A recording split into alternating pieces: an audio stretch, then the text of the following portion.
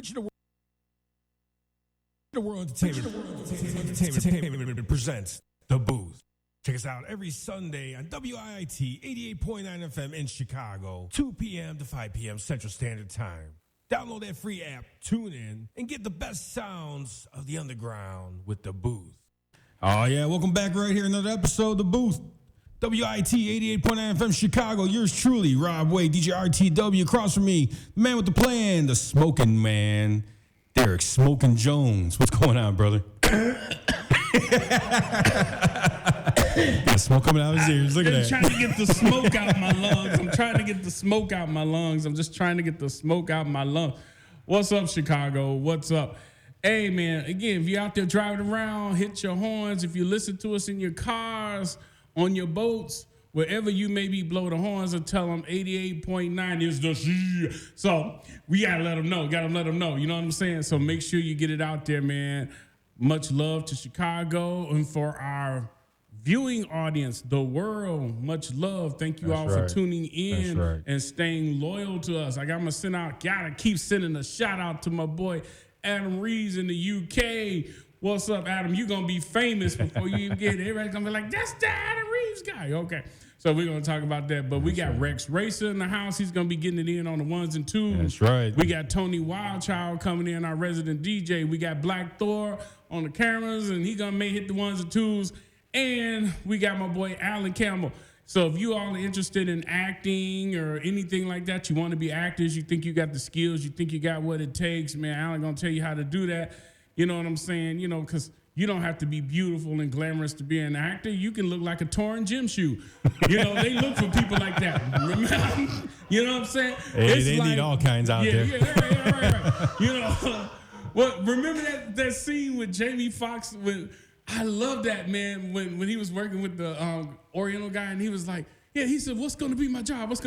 He said, atmosphere. He said, atmosphere. He said, yeah, just stand there. Your atmosphere. I said, well, man, if you're getting paid to be atmosphere, why not? Oh, I hear you. Hey, I just want to say real quick to all of our listeners and viewers out there in London, we definitely love you guys and support you. It's sad that, you guys are going through all the problems you're going through right now with all those fools, but stay strong. And unite, stay together. All they're trying to do is break you guys up and break the unity. Stay strong. Trust me, there's a lot of people out there still supporting you, still love you guys out in London. Awesome, man. I mean, and it's scaring me, because I've been talking with my little manager lady and, about world travel now and traveling as an artist and stuff. And I'm telling you, hey, man, maybe we just do a concert through the States, man. Before we start going overseas, we go, but it's well, they got the 4D. They got the 4D now, right? Yeah. They put you up in 4D, put you on a stage here, and then just put you in 4D out there in the UK or somewhere. Yeah. But hey, man, my prayers go out to the United Kingdom, man, and the people and their families, man. That's tragic, man.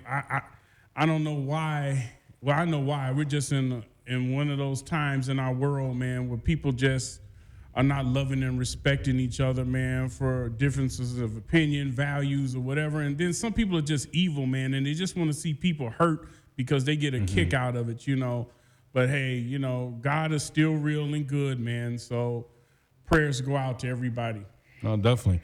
So, guys, we definitely have a great show for you around today, and we're so happy to have our guests here. And as Derek was saying, we're going to have Wild Child going to be throwing down. If we get the time in, we're also going to try to get the Black Thor on the ones and twos as well today. I know he's itching for it, too. I know he's been itching wanting to get on those ones and twos. Yeah, let me get a camera here for Black Thor. That's him over there. We'll definitely be getting him over there.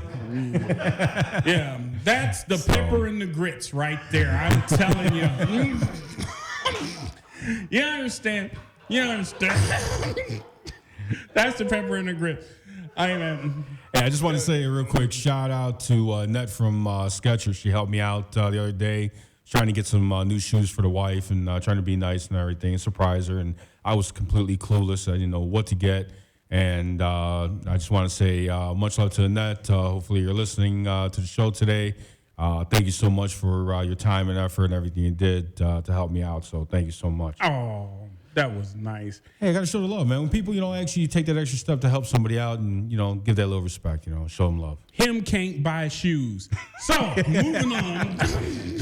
we're going to move on. I ain't all about the kicks, man. Right. Yeah, Trick love the kids. All right, moving on. There you go. Where we at? What we doing today outside of clowning around in here, man? In Chicago, it's almost 90 degrees. Can you believe it?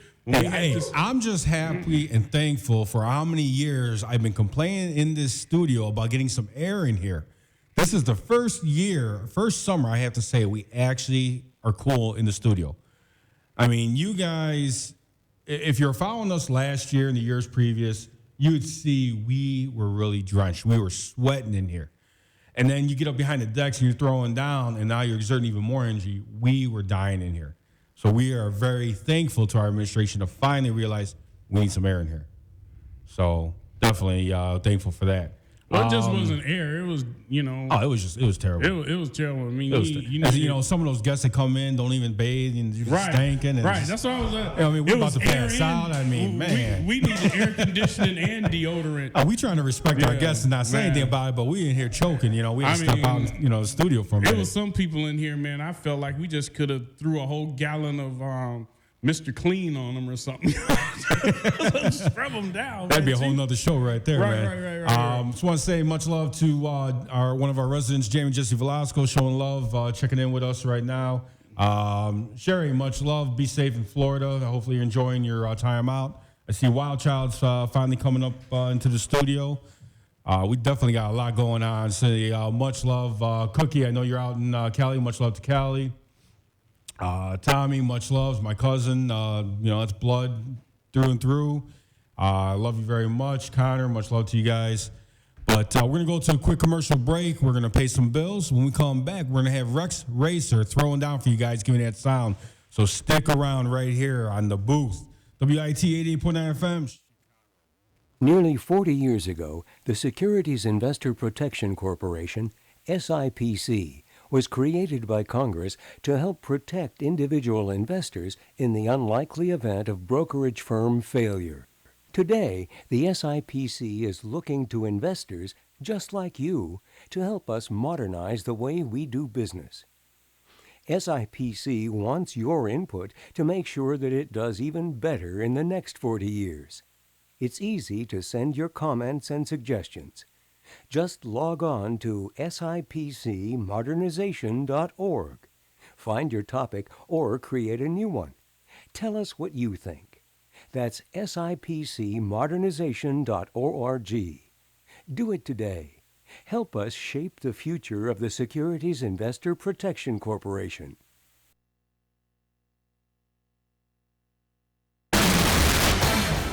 Well, here we are again, and I got to tell you, Jim, this match has me really concerned. That's right, Ron. In one corner, we have a powerful heavyweight, a train, weighing in at a whopping 6,000 tons. And in the other, this hasty lightweight challenger, a car, at just 1.5 tons. This does not bode well for the car or the people in it. Ron, this is one of those rare moments where I actually find myself at a loss for words. This driver can't think he can beat a train. I can hardly bear to watch. It's no contest. Every day, people are injured trying to beat a train at rail crossings. Trying to beat a train is more dangerous than you think. See tracks, think train. For more safety tips and information, visit ctracksthinktrain.org. Reaching the World Entertainment presents The Booth. Check us out every Sunday on WIT 88.9 FM in Chicago, 2 p.m. to 5 p.m. Central Standard Time. Download it, tune in, and get the best sounds of the underground with The Booth. Hey, baby. Oh, yeah? Let me take you to the sanitarium. Where is that? Behind the groove. Well, all right.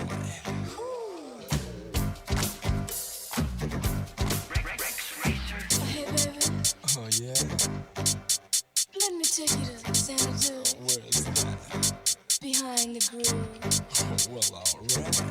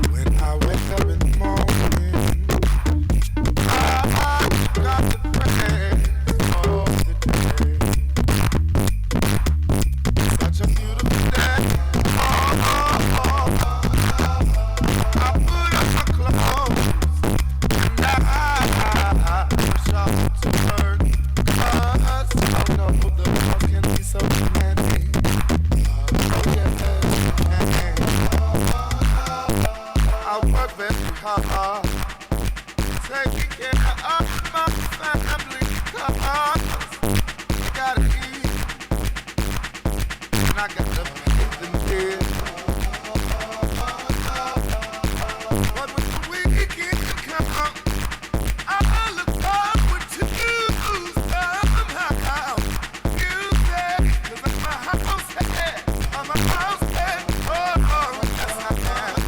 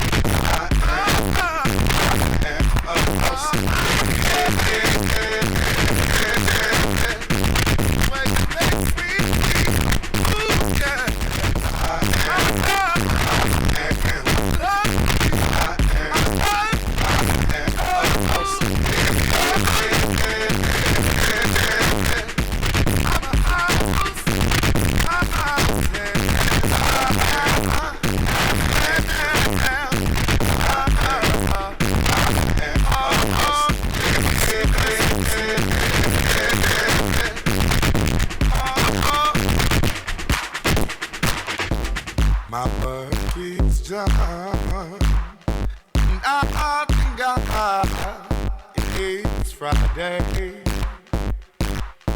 Such a beautiful day. I put my voice out, 'cause we like to party with some beautiful babe.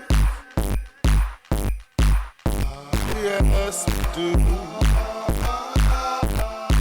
Get a few drinks to get our buzz going, because drinks are so high at the club. Ooh, no, they are. But when the midnight comes, I look forward to somehow music, 'cause I'm a house head, I'm a house head. Oh, yes, I am.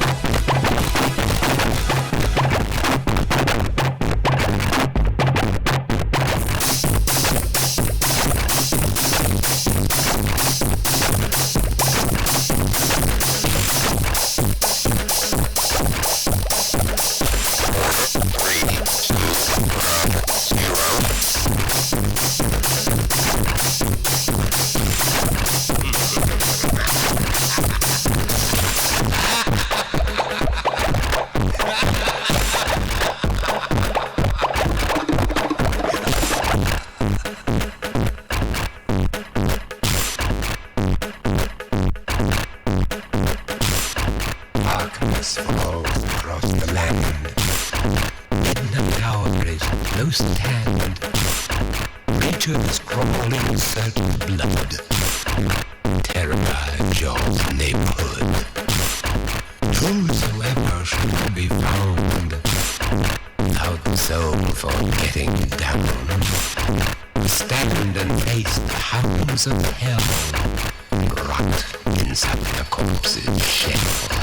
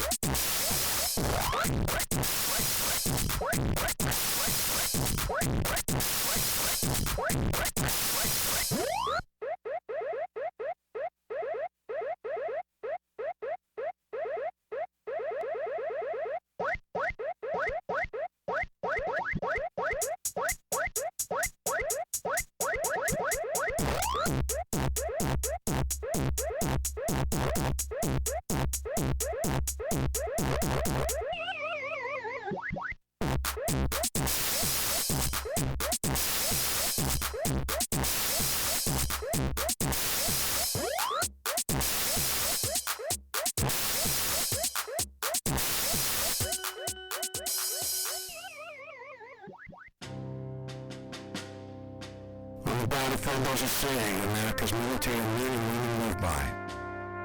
Never leave a fallen warrior behind. Ever.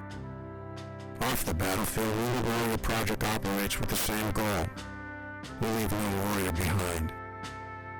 Wounded Warrior Project is a non-profit organization created to help armed men and women returning home with the scars of war. Whether those scars are physical or mental, we're here to make sure that they heal. And whether it's helping those with post-traumatic stress disorder living normal life again, or giving much-needed support to injured warriors in veterans' hospitals. Because no one deserves our help more than the men and women who risk their lives to keep us safe. Wounded Warrior Project. We never leave a fallen warrior behind. Ever. Learn more about what we do at woundedwarriorproject.org. Hello, I'm Ann Geddes.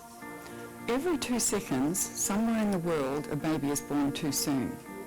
Did you know that premature birth is the leading cause of newborn deaths, not just in the US, but around the world?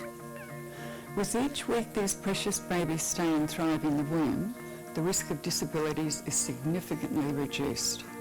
It's not too late to make a difference. Premature birth can be prevented, and new lives can be saved.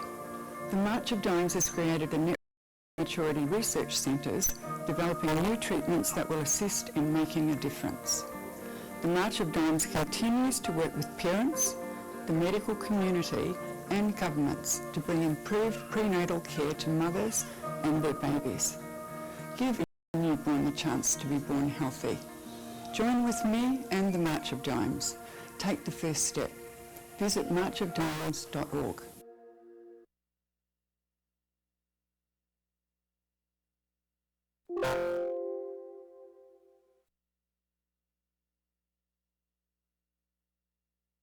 Reaching the World Entertainment presents The Booth. Check us out every Sunday on WIIT 88.9 FM in Chicago, 2 p.m. to 5 p.m. Central Standard Time. Download that free app, tune in, and get the best sounds of the underground with The Booth. We're back. Man, I bet you guys really enjoyed that one because I know we did here in the studio. I don't know what Smoke was smoking, but man, he was all over the walls. Yeah, for all you guys watching. I love it. I love it. That man was jumping up off these walls. That's my boy Rex Racer. What's up? Man, much love. Rex Racer, you definitely threw down, brother. That was definitely a tight mix, man. What's up, Italy? What's up? I'm talking to my Facebook people. People who are listening to us on the dial, I got to say hi to Italy. What's up? What's up, Tony? What's up? How do you say it? How do you say hello in Italiano? Buongiorno? Was that it? Buongiorno? Bonjour, Tony. What's up, Miss Jones? Jaden Jones, what's up? All right. Yo, so Tony Wildchild setting up. That's right. We're going to bring Rex over here and talk with him for a bit. Rex, why don't you come on sit down with us, man? Yeah, we got to find out who Rex Racer is. And now, Rex, I know Rex is always hiding his identity here, but can he at least talk? Yeah. Okay. Yeah. So you're not exactly like some of those other mass DJs out there. This mass DJ will talk. All right, cool. Hey, brother, I don't know if you give it up or not, man, but that Pac-Man track, who's that by? That's me. That's you, huh? Yeah, that's Rex me. Matter of fact. there you go. Gianni from UK was asking about that. He loved that track. Oh, that's what's up. He thought it was Tetris at first, and I had to correct him, say, no, that was Pac-Man. I kind of tricked it up that way just so all of my gamer heads would kind of think it was one game, but then I turned around and I gave it away. So, yeah. This track actually is coming out on my album called My House. So that'll be out on iTunes, Amazon Music. You can find that anywhere. Actually, pre-orders start June the 16th. So you can pre-order that. And the Pac-Man track, well, the Rex Man, because I call it the Rex Man. Rex Man track will be on there. Okay, all right. So the Rex Man. All right, cool, man. The Rex Man track. The Rex Man cometh. The Rex Man cometh. Man, that's what I love. He know how to throw. Yeah, that's gonna be my next album. There you go. That was definitely a real tight mix, man. Thank you.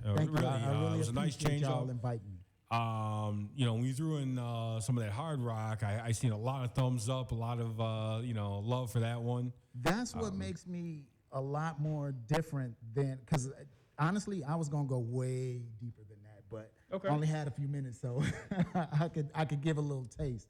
Yeah, but exactly. I like being able to cover a vast genre of house, rather than being all soulful or all tech or all disco. I like being able to cover the masses. So Rex Racer serves the masses.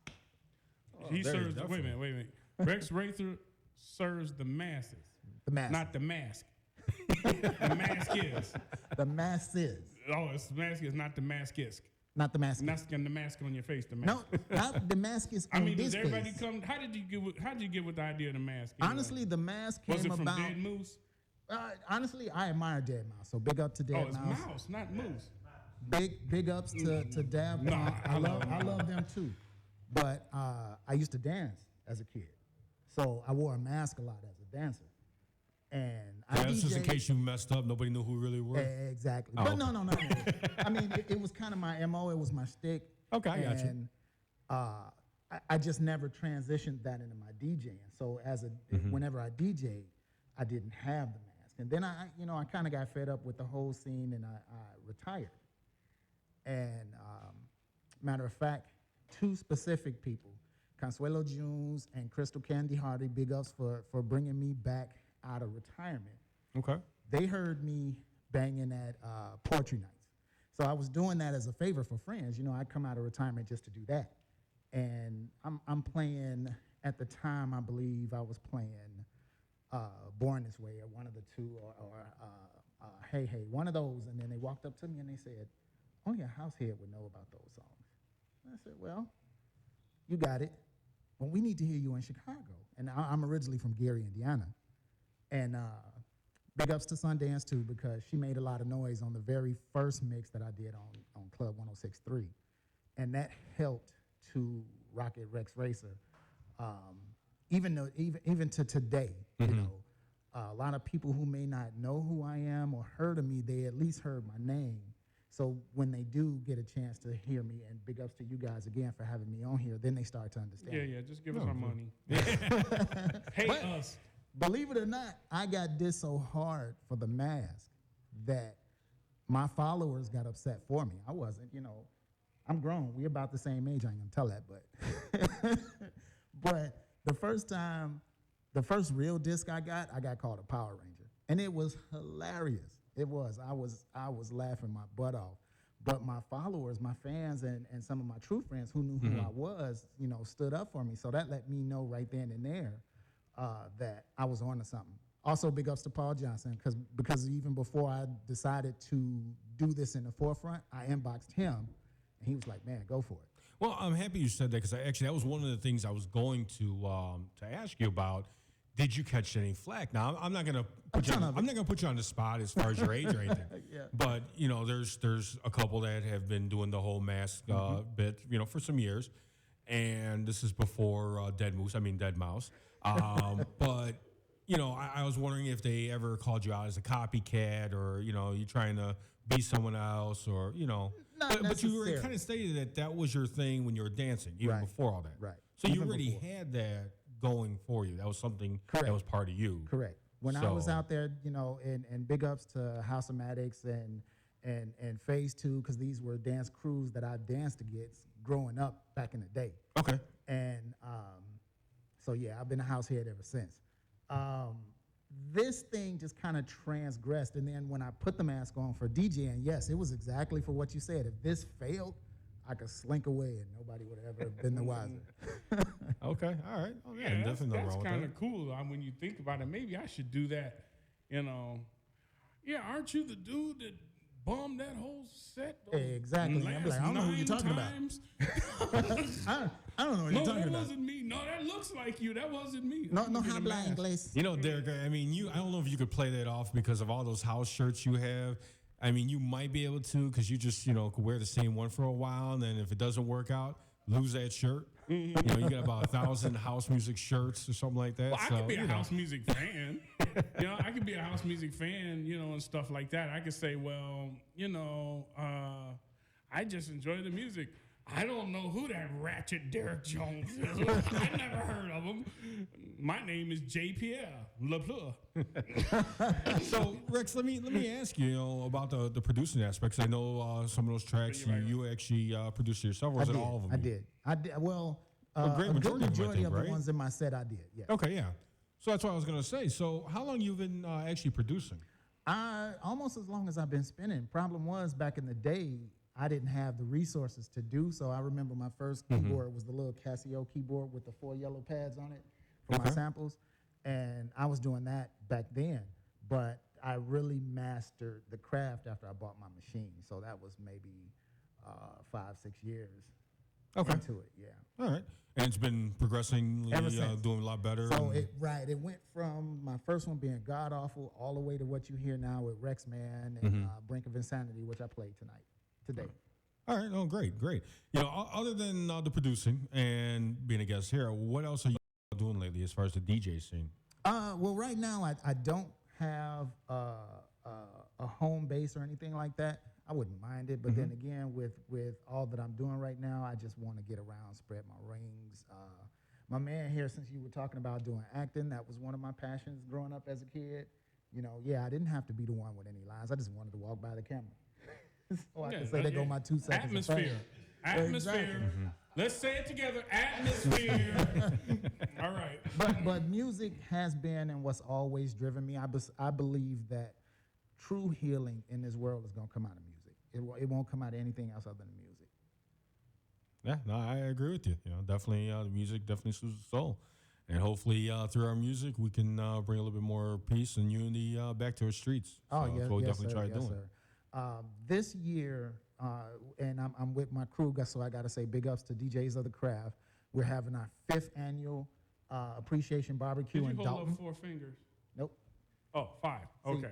He got one Brumman lens. on the 5th floor. On the 5th floor. Yeah. All right, go ahead. We're having our 5th annual Appreciation Barbecue in Dalton, so we will love to see y'all there on the 11th. Dalton, Illinois. Dalton, Illinois. Last year, we drew in about 3,000 people, and that's Nice. a huge landmark for us, considering we've only been around as a crew for 5 years. And I remember the first one was about 300. The next year was 200. The next year it was about 5, and then it got bigger, and we had to move to Dalton. And Dalton has received us really well, so we love you too, Dalton, and we will see you on the 11th. Nice. No, it's beautiful. And it's great when you can actually have a town or city that supports you, and especially when you can start getting to the masses of a county, state, and then even the U.S., to support what you're doing. A movement is positive. And Derek and I have said this numerous times, house music, it's a very rarity that you ever see anything negative coming out of a house music event. I tell my friends all the time, because there's hip-hop and house have the same mother, but they got different fathers. So when you look at it, think about some of the earliest rappers that came out. Disco 3, which of course ended up being the Fat Boys, but disco, with disco being the mother of both genres, how in the world do we not get along with each other is beyond me. Yeah, no, I agree with you. Well, hey, how can people reach out to you and get more information about you, especially like these tracks? Like I said, people in the UK are loving the tracks and everything. So love you too, UK. How can they find out more information about you?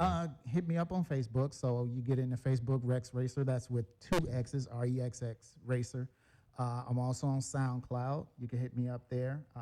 And I put a lot of my early stuff on the SoundCloud and test it before I decide to put it out. I do give away a lot of free tracks. So if you keep up with me, you might get some of those as well. I'm just getting into the Instagram thing, so y'all got to bear with me. You got to bear with me with that one. I look at the pictures. The most fun thing that I've ever learned about what I'm doing right now is that I Googled myself, and I actually came up before any of the Speed Racer references. So thank you for all of those who've been out here looking me up. Nice. Oh, that's nice, and that's a great thing. And we definitely wish you all the best in everything you do, brother. Thank you. And we appreciate you coming out to be a guest today. It's definitely a great feeling. It's a great way to start the show. So, All day. Thank you. We really appreciate that. I really appreciate it. And because Daddy, see you, poo-poo. I'll see you when I get home. Love you, SJ. Thank y'all, man. I really do appreciate that from the bottom of my heart. Awesome.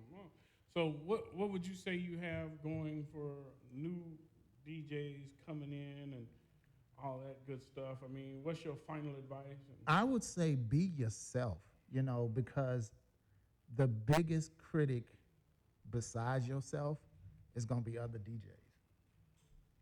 Not the ones who support you and will give you constructive criticism, but the ones who are out here to try to tear you down.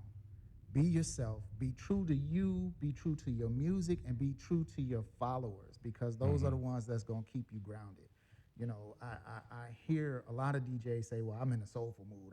That's all I'm going to play. But then you got a crowd that is more than soulful, so you're going to alienate everybody else. So if you're going to start out being an all-around DJ, be that all-around DJ and tune out all the negativity that's going to come your way, because it's coming. Okay, Bert and Ernie. All right, so we will be right back soon. We're going to hit some commercial. Then are we going to Wild Child? Is that what we're going to do? Is that what we're going to do? I think our listeners want to hear some of that music, that banging, those banging tracks. I mean, Rex got to start in the feeling, man. Yeah, man. I mean, Rex just got to get them to me. How you feeling there, Wild Child? Yeah. All right, I think Wild Child is ready. I think you see, he's lubricating and everything back there. Hold on, let me get my viewers here. Wait. Wild Child. Get his little lube job. Yeah, getting a little lube job. I say get his lube job. Okay. All right, moving on. See what we do up in here? I wonder what was in that Lunchable he had. Right. If you guys would have seen Derek a little earlier eating his little sandwich, he started digging at the package. I swore he was going for crumbs. I really didn't even have a sandwich. I had a snackable. I can't have sandwiches now. You know why, y'all? Because I'm fat. So I got to lose the weight. Let the man know he's plentifully plump. I'm Let me thick. see those hearts. Show that love to Derek. You're not Let me see that. Show that love to this man. Show that love. The scale says I'm fat though. No. I'm gonna put a stop to all this. Hey. Never in the history of mandom should another man call another man thick. You understand me? Depending on the context, you're talking about thick, though, man. I disagree with you, my brother. I do not care. I love this brother too much to be letting him call himself fat. He's not fat. He's healthy. Extra healthy. Yeah. Extra healthy. With some crispy. I'll be damned if I ever let the word thick come out my mouth relating to any man. You hear me? But I wouldn't say, look at that thickness. I said, he's just I don't. I'm just thick. So call me Sweet Daddy Thickness. So I'm gonna change my name to Sweet Daddy Thickness. The way he was holding that wall during my set, that was his name. That was his stripper name. There you go. Sweet Daddy Thickness. There we go. All right, let's pay some bills here, man. We get to that next, guys. Y'all just hold on. Man. All right, stick around right here at the booth. WIT 88.9 FM. When we come back from this commercial break, DJ Wild Child will be throwing down for you guys. Much love. Stick around. Hey, Doc, over here. Remember me? What now, triglyceride? I'm trying to get everybody to remember you. I'm Dr. Donica Moore. We all know about good and bad cholesterol. But how much do you know about your triglyceride level? 150. Tell him to keep me under 150. She's right. Experts say normal triglycerides are below 150. Elevated triglyceride levels can increase your risk of heart disease. And if you're a woman, that risk goes up even more. Don't risk it, people. Heart disease is not pretty. As you may have guessed, the forgotten fat, triglyceride, is ready to share the attention with good and bad. Good this, bad that. For your sake and mine, always remember to ask about the good, the bad, and the forgotten fat, triglyceride. Hey, Dad, did they get that 150 message? They got it. For more information on all of your blood fats, go to ForgottenFat.com. That's ForgottenFat.com. We all know you by now. This message brought to you by Sister to Sister, working together for healthy hearts. As a referee, I pay attention for a living. While I'm busy watching the game, I need your help keeping an eye on the stands. If you see something that doesn't look quite right, tell a law enforcement official. We are playing an important role in proceedings. But you can help. If you see something suspicious, say something to local authorities. If you see something, say something is used with permission by the New York Metropolitan Transportation Authority. Regional World Entertainment presents The Booth. Check us out every Sunday on WIT 88.9 Chicago, 2 p.m. to 5 p.m. Central Standard Time. Download that free app, tune in, and get the best sounds of the underground with The Booth.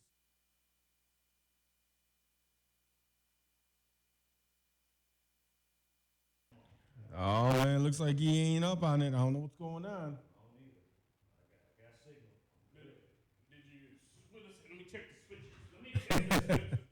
All right, here we go again. We're getting those issues. I know what's going on. Check that XLR. Is the XLR's plugged in?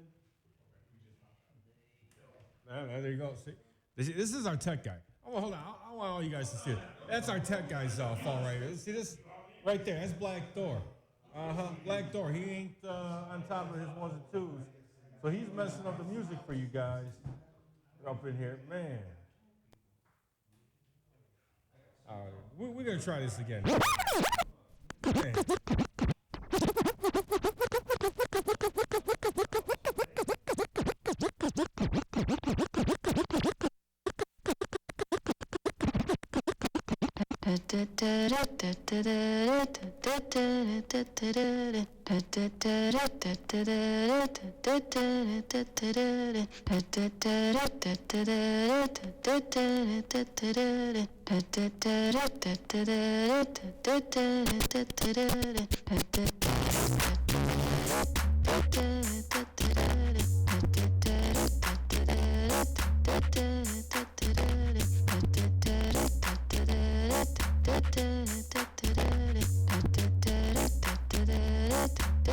White beats.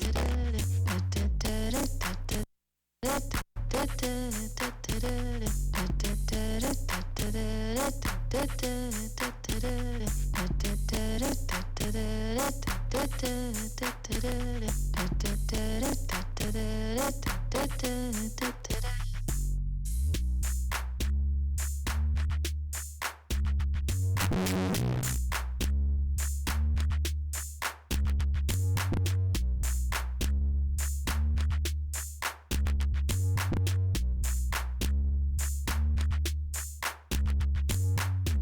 the fucking man, y'all don't get it, do you?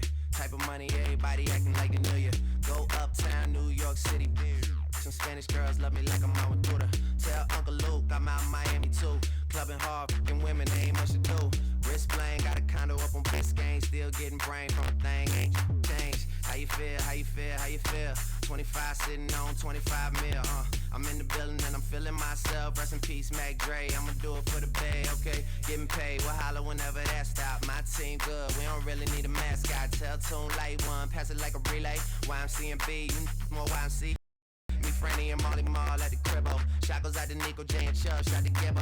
We got Santa Margarita by the letter. She know even if I'm fucking with her, I don't really need her. Oh, that's how you feel, man, that's really how you feel. Cause the pimpin' nice cold, I just wanna chill. I mean, maybe she won't, then again, maybe she will. I can almost guarantee she know the deal, real nigga. So, like she want a photo, you already know though. I only live once, that's a motto, nigga, YOLO. And we got it every day, every day, every day. We be sitting on the bench, but we don't really play every day, every day. What anybody say, you can't see it cause the money in the way, real. What's up?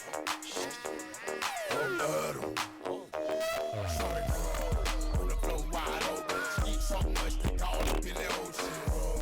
Like a 18-wheeler, fine with this yellow naked. She's soaking wet, she naked, soaking wet. Shake it like a salt shaker, shake it like a salt shaker, shake it like a salt shaker, shake it like a salt shaker. Pop it till you percolate. First boot on, do it, no time to wait. Make it work with your wet t-shirt. You gotta shake it till your calf muscle hurt. Say the heels on your feet, you strap around your ankle. Call that package, call that package, call that package, call that package, Buck wild to all of my niggas who don't care. Floss like a bunch of young black millionaires. Making you run, me and my done stacking my ones. Floss a little, invest up in the mutual fund. Blowing the horn, a sense of every day I was born. Never dream I see a landscape in my lawn. Dangerous, my shit be accurate. Have to get the flow be so immaculate. Hey yo, watching my dough, sipping my mo, sipping it slow. Them pretty women saying hello. Anyway, go ahead and display your olive oil. Little honey dip whipping a little cabriolet. I don't mean to hold you up, but I got something to say. Swear to only give you hot shit every day. Afraid of us, you know this ain't a game to us. You strange to us, that's when we getting dangerous. Come on. This is serious. We could make you delirious. You should have a healthy fear of us. Cause too much of us is dangerous. So dangerous, we so dangerous. A flip most fault is dangerous. So dangerous, we so dangerous. My whole entire unit is dangerous. Hold your breath, we swinging it from right to left. With the rock left, you know my shit be hot to death. Staying alive, you know only the strongest survive. Holding my heat under my seat, whipping the fire. Baseline for all of my people moving around. Give me your pound, all of my squad holding it down. Cutting you up, the new rocking you up, blowing you up. My black hole sucking you up. Back in the days, I never used to be out. Now I'm never holding several money market accounts. Blaze the street, and then I would just like to announce. Feeling my groove, my jigger jigger, making you bounce. Others is fair, me and my squad breaking the bread, straight getting it. We got you suckers all in your head, afraid of us. You know this ain't a game to us. You strange to us. That's when we getting dangerous. Come on.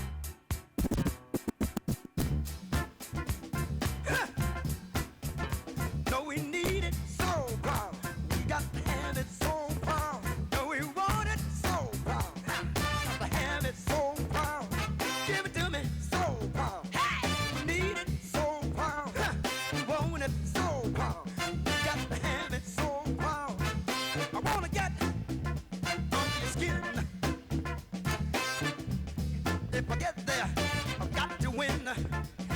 We need some, so come on and get some. And then you know where I'm coming from.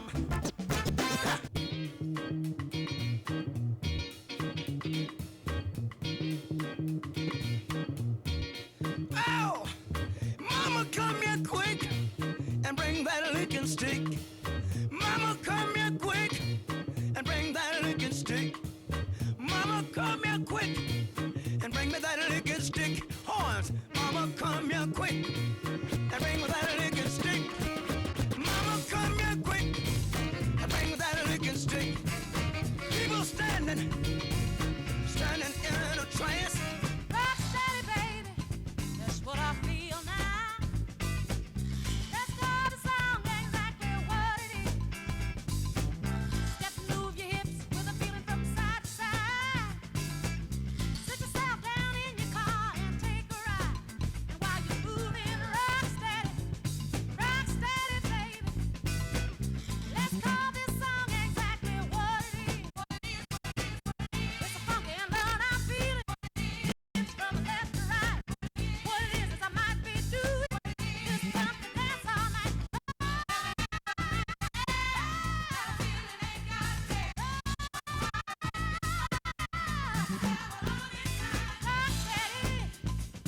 Rock steady, baby. Rock steady, baby.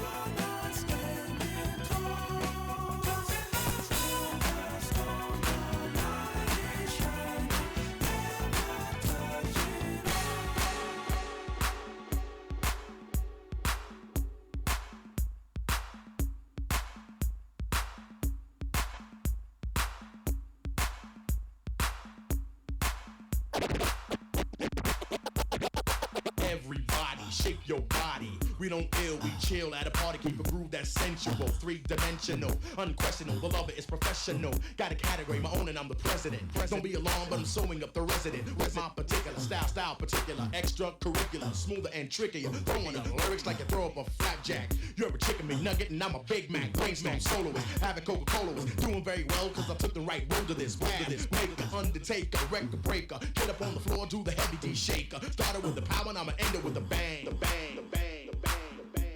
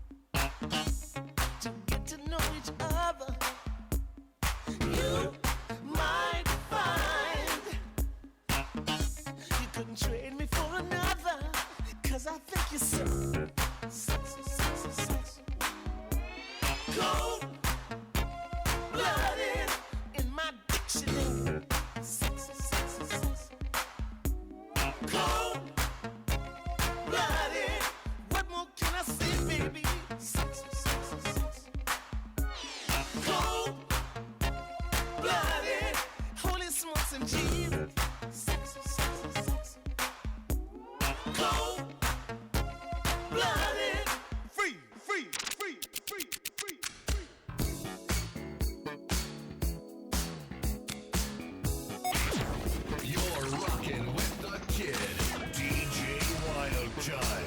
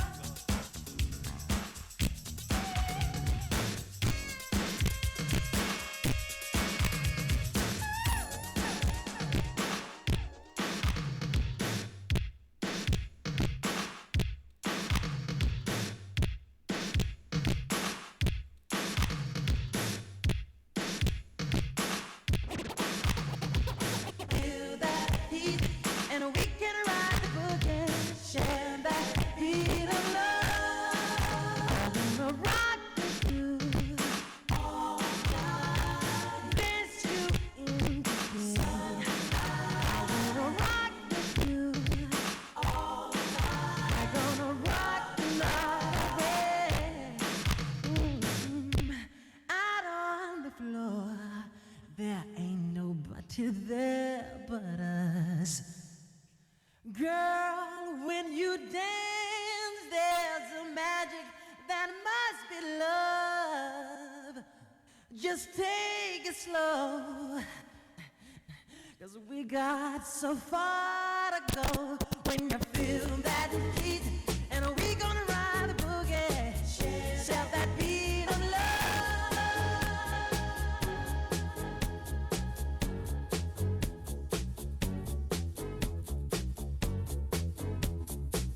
She was more like a beauty queen from a movie scene. I said, don't mind, but what do you mean? I am the one who would dance on the floor and around.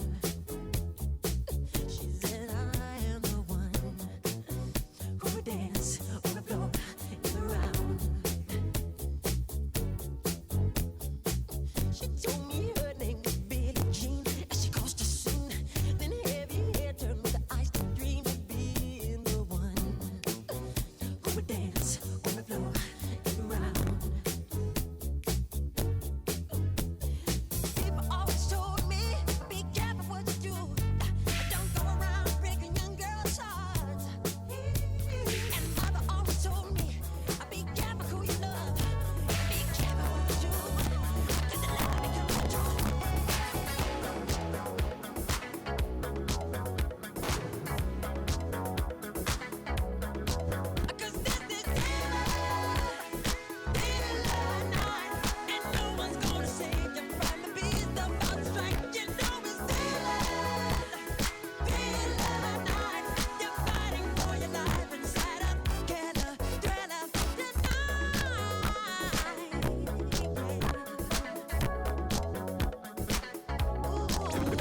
If you were my lady, and your love was true, but as soon as I turn my back, baby, look what you're going to do. Start sneaking and teasing, using me like a tool. Now I know the deal, I can see right through you. I said, ain't I really down, playing the games you do. I said, ain't I really down, your love was never true.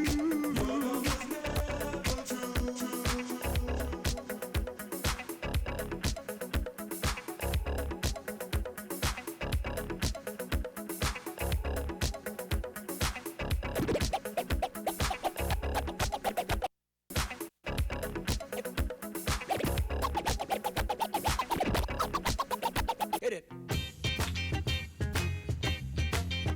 Oh, how you feel, brother? Feeling good. You feel good? Ain't so much bone, brother. How you feel, man? I feel all right. I call your name. I don't want no people to know you're in here. How you feel, fella? Yeah, yeah. Sure getting down. Look here. Ha. We're gonna have a funky good time. We're gonna have a funky good time. We're gonna have a funky good time. We're gonna have a funky good time. Let's take 'em up, Fred. We gotta take you high.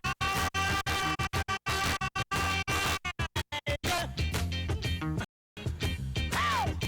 All right. You wanna do it again? You wanna do it again, huh? Yeah, let's go on back. We gotta take you high.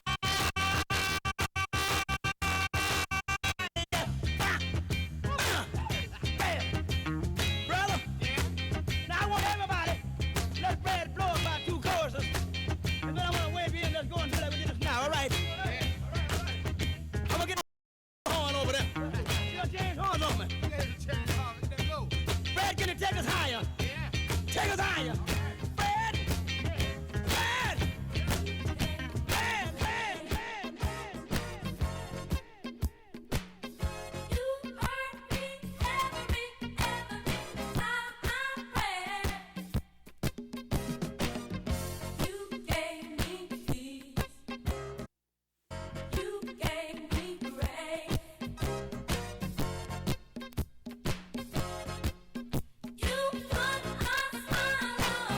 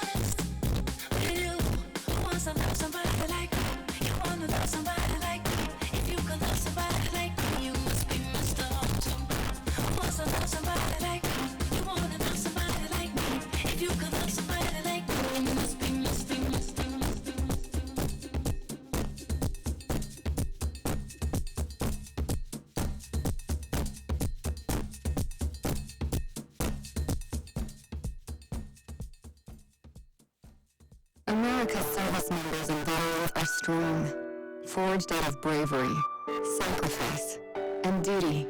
Sometimes reaching out for help can be the most challenging and worthwhile mission of all. When you recognize something is in need, make the call to the Veterans Crisis Line or Military Crisis Line at 1-800-273-8255 and press 1. Or chat online at veteranscrisisline.net or text 838-255. Hey, it's Mike Aubrey, the real estate expert. I spend a lot of time driving through neighborhoods. Guess what I see? Lost, confused homeowners. There's one now, driving in circles. Hey, pal, need some help? I've been looking for a better mortgage. I'm not getting anywhere. They're searching and searching for refinancing. But even though they are current on their payments, they just can't find a lower rate or better terms because they're underwater on their mortgages. Talk about getting the railroad. But there is one place to look if your mortgage is owned by Fannie Mae or Freddie Mac. Mike, can you get me out of here? Come on, follow me. I've got the answer. HARP, HARP. It's a government refinancing program that can save you money. See if you qualify at harp.gov. Thanks, Mike. Now we're getting somewhere. Harp.gov, your best route to a better mortgage. Reaching the World Entertainment presents The Booth. Check us out every Sunday on WIIT 88.9 FM in Chicago, 2 p.m. to 5 p.m. Central Standard Time. Download that free app, tune in, and get the best sounds of the underground with The Booth. We are back, and Tony killed it as usual. Oh, Man, yeah. The Booth Mix 6, we in here, we getting it in effect. Later on, we got Black Thor coming, Ron Tinsley, he gonna be getting on the ones and twos. Right now to my side, I got my boy here, man, Alan Campbell, and he's gonna be telling us a lot about being atmosphere and dirty sheets and plants and stuff and movies and all of that. How to be a stained sheet in a sex scene and all that kind of stuff. You know? We're gonna get into all of that. You know? Nobody wants to be a stained sheet. You know, nobody wants to be a stained sheet. But anyway, let me introduce him. I mean, I've known this guy since high school. High school. Yeah, high school. Yeah, because we went to one of those schools that had kindergarten, grade school, high school, college. Everything was in that school. Way back in the day. Way back in the warehouse days of glory, we used to party. No, okay. Hallelujah. Yeah, hallelujah. Hallelujah. So, all right, let me turn the camera around. Hold on. I know y'all try looking at me. Hold on. And for my people that are listening on the dial, man, we appreciate you. You can also get us on Ustream, YouTube, and all those great places and all that stuff. DaBooth, DABOOTH 312, The Booth. That's how you find us. Alan, how you been, man? Good, man. I think his name is Alan. Yeah. Alan, I'm gonna call you A. Al. What do you prefer, actually? I mean, it's been a while. Everybody calls me Alan. Okay. So that's pretty much what I go by, and I'm comfortable with that. Now you have to really know me to be allowed to be called to call me Al. Mm-hmm. You know, not only you and two other guys that we grew up with are allowed to call me that. Other than that, that's you just pull how out it your is. AK and you blow them out. Say, we ain't friends like that. I don't know you like that. No, you don't know me like that. Yeah, no, we ain't friends like that. Man, look, going back, one, tell me, how did you get into the acting thing altogether, man? I mean, just how did it come about? You just woke up one day and said, I want to be atmosphere. Yeah, to a certain degree, that's exactly what happened. I had a situation at a job, and I just got pretty much tired of it, and I decided that this had to be something I had to do something differently, because it's basically you wind up going to a job and you're literally killing yourself at this particular job, at the one I was, and that's exactly what was happening. So what transpired, I suffered a mild heart attack. And people say, a mild heart attack? Yeah, is there anything mild? Yeah, it can be. It's too different, but we're not going to get into that. But once I took some time off and really had to think about some things and realize weighing the scales out. No, I'm not going to do this. And so I was actually in acting. I got into this prior to that, but then family came. You start. Your family develops, and you can't really put a lot of time into that. So at that particular point, I had a year off, and then it started getting me thinking, I'm gonna do something for me where it's less stressful. I'm able to do what I want. I'm able to work when I want, and I answer to only myself. And then at the same time, you become your biggest seller. You become your own agent, so to speak. And I submitted for U.S. Marshals. And I got a call probably about 3 days later. Hey, are you still interested in being a background actor? Yes, I am. Most certainly. He called me, I came in, did a fitting, and I was cast as a police officer on U.S. Marshals, and it took off. And it took off from there. And the funny thing about that is that after that film, I've been a police officer. I've been cast as a police officer. Yeah, we're gonna get there. We're gonna get there. We're gonna get there. I'm not want to give too much away, but that's how I got into it. I just decided that I wanted to do something different. Okay. All right. You got one for him, Rob? No, go ahead. Okay. Go ahead. Let me. I can turn the little camera around to But anyway, one of the things that you guys don't know, my boy, like he said, he's been cast as a police officer. So he's been on Chicago PD. Yeah. The episodes, a lot of episodes of Chicago PD. Empire, those of you all who love Empire with Cookie and what's all you got Cookie, Lucius, the Lucius boys. Line. Oh my Lucius goodness. Line. And that really is a blessing to work with these people. It's really fun. I mean, the hours are really, really long. Like I said, we get into that. But the hours are long. I mean, but you have to really mentally prepare yourself for So these dedication things. really has to be there. Oh, yeah, absolutely. Don't go in. The first thing I tell young actors when they're coming into this, don't go into this if this is not what you have a passion for, that you're not willing to put the work, the time, the effort, and truthfully, blood, sweat, and tears to get into this. It's not all gravy. There are some days where you're actually out there breaking rocks. I kid you not. But at the end of the day, when you see the finished product, you're like, oh, okay, yeah, now you've got a better appreciation for it. And to watch actors such as Terrence Howard and Taraji, several other actors, even I got to work with Angela Bassett when Spike Lee was here, and to watching these actors do what they do and do it well, that in itself, and like I said, that's where the passion comes in. It should elevate you, and it makes you. And you see these people they're constantly doing it, and they're getting better. And you're only going to get better by doing what? Practice. You do it, and you tell my kids all the time. That's I don't care what you do, anything you do, gotta practice to get better. Exactly, you have to. Definitely. No, let me ask you a question for the beginner, someone that is thinking about getting into acting, that says maybe this is something I want to try to do. What would be, if you could only give them one piece of advice, just one, what would that one piece of advice be? A piece of advice, patience. So they got to test their patience first. If they don't have it, they can't do it. Right. If you're on set and you're looking at, if they're not getting their Voss or their, instead they're getting Dasani, then they're getting upset about that. Then because there's some set, and I kid you, there are some sets that are really a nightmare. But for the most part, any professional set that you're on, you're taken care of fairly well. You really are. I mean, if you're shooting on location, now location is a different aspect. Meaning, if you're on location, you're actually outside shooting in the elements. Now, sometimes the elements are unforgiving. So dress for the elements. Dress like as if you're going from your car to your job.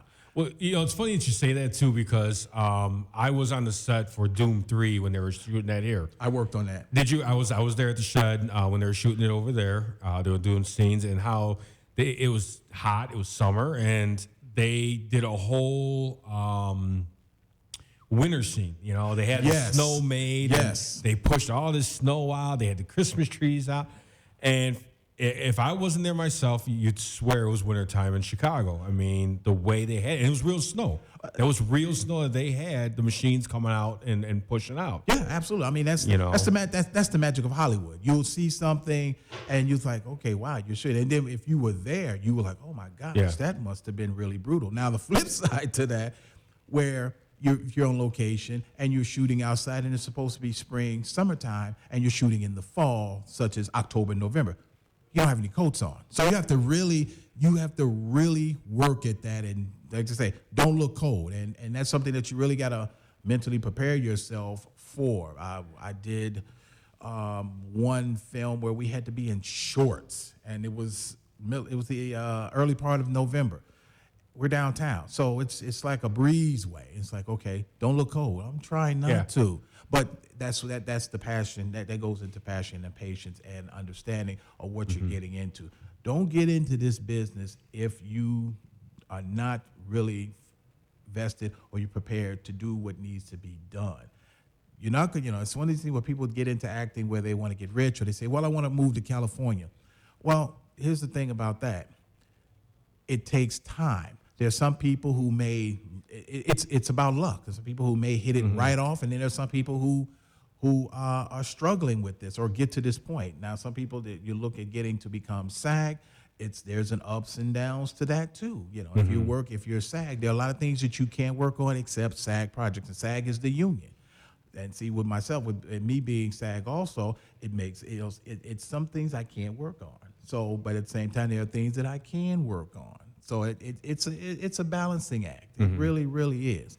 The biggest thing that most people really want to get into is they want to be able to get their SAG card, and that means that you are officially a member of the Screen Actors Guild.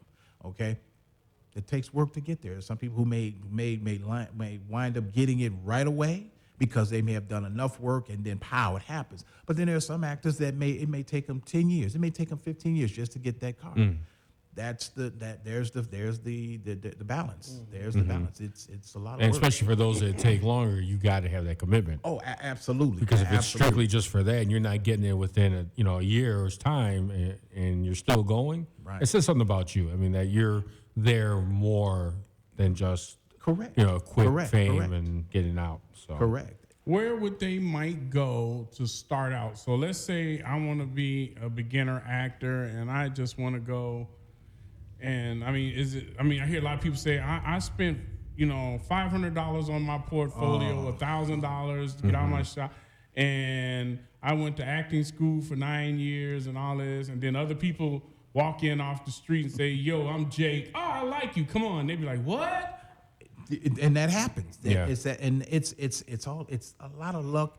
And it's not so much as who you know, it's what you know. It's how you carry yourself.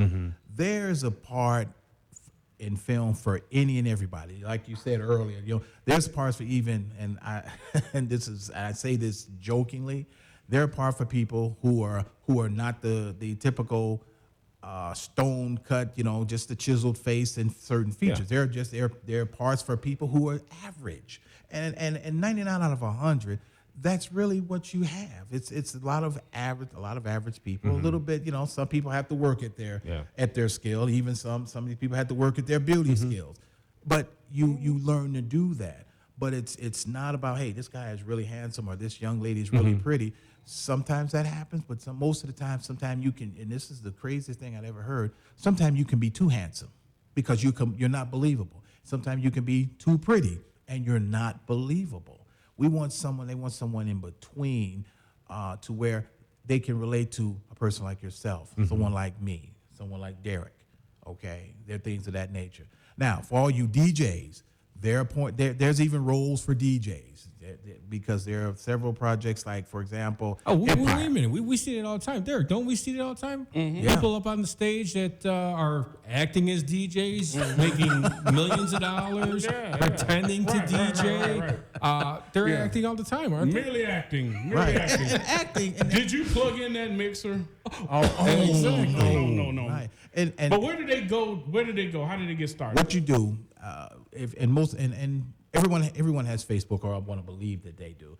What you want to do is you want to go to certain casting companies' pages. What you want to do is you want to like their page. When you like the page, you'll start getting certain notifications. But what you want to do is then you want to register with them so you can get those notifications to become a background, what they call a background actor, or as you affectionately put it, atmosphere. There's the one that I speak highly. I speak highly of because I've gotten a lot of work through them. And right now, going to be working with them. I was just asked to work on this new movie called Widows with Viola Davis is in it, and a few other actors. So they have the casting, and so they're sending out notices.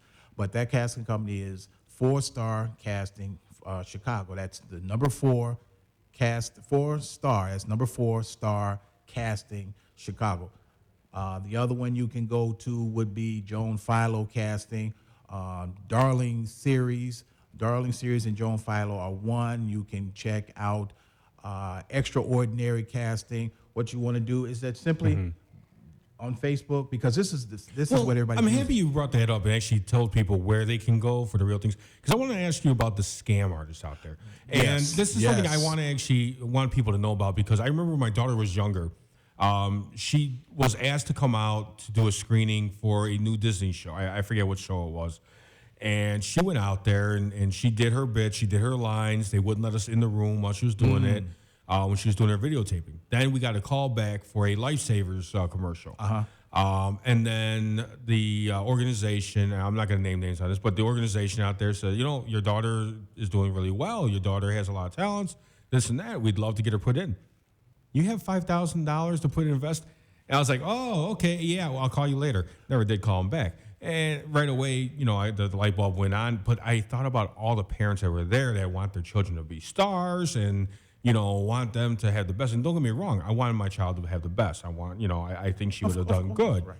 But it was just the light bulb went on. Something didn't seem right. So what about those parents out there that, get those letters, they get those comments, say, come on out, come screen for this. And all they're really doing is just scamming them just to get the money. Yeah, exactly. With that, I'm glad you brought that up, because no casting company or agent, no one should ever ask you for money. If they're asking you for money, run, because they're not reputable. They're not. No one's going to ever ask you for money. If they do, do not do business with them. Do not do business with them. Can you guys pause? I got to cancel a check. Too late, man. I already cashed it. It's already cashed. But no, really, no one ever. If someone tells you, well, to come in and say, well, this is what we're going to do, and we need for you to pay us X amount of thousands of dollars, no, they're not reputable. Now, the thing about when we're talking about headshots, they will recommend who to go to get headshots. Basically, that's really what you want to do. And sometimes, yes, headshots can be in upwards from 75 and from starting at 75 and upwards to maybe 500, and that's depending on what you're getting. Some people may get 4 and 5 looks. They may want comp cards, a few other specialties. But this is only my opinion. I don't think that's necessary to spend that amount of money on headshots. I think the most that a person should spend should be anywhere between $150 and $200. I mean, that's because you're getting different looks. You might have a look where you're completely dressed, and then you have a dress, and then a business dress or casual dress, and then you're casual, and then something leisure, sporty, or something like that. So let me ask you about that. I mean, I believe it would be in favor for you to have a different look, because then it shows the different directors, and it shows the crew that you can have this profile. You can fit these certain roles if you're different. Because if you have the same picture, the same view on all your pictures, then it's like, well, he's only good for one part. He's only good for one thing, right? Not necessarily, because sometimes, like I said earlier, sometimes it can be too much. And in this industry,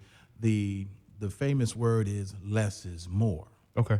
Less is more. The less you do, the more people begin to see what you can do. You don't want to be too over dramatic. And there are some people who I've been on set and just they couldn't carry a glass of water from point A to point B, and that's from me to you, and just say it's not that hard, or they can't walk across camera to just simply from one point to another, to where and sometimes that's one of the things to where it takes a lot it takes a lot of time because sometimes you will get background that will not know what to do or they haven't been properly instructed. And sometimes that's the new people, and that's totally understandable. But what's really disturbing sometimes is that you will get veterans that don't know how to conduct themselves on set. That's the most disturbing part. What's the craziest thing you've seen from a veteran? We were filming Meet the Browns when Tyler Perry was here and Angela Bassett was here and Rick Fox, and we had one gentleman, and everybody knows him. What they don't want you to do is, and this is mostly a lot of people, everybody want to take pictures, and in fact and people have their cell phones with them 24/7. I mean, I'm guilty of that too, having my cell phone with me. But the biggest thing that they don't want you to do is taking pictures, because what happens is you're giving away. People take pictures, they post them, they're giving away. So this particular day, we were in between takes, and this one gentleman wanted a picture of Angela Bassett, and he runs over to her, and he was starting to talk to her, and Angela Bassett got ready to walk away, and he grabbed her and said, "Wait, I want to take a picture." And we were like, "Dude, what's wrong with you?" And a small little argument ensued between Angela Bassett and this man. At this point, the coordinator for casting came over, Tyler Perry came over, and when Tyler Perry comes over and has a conversation with you, it's really serious.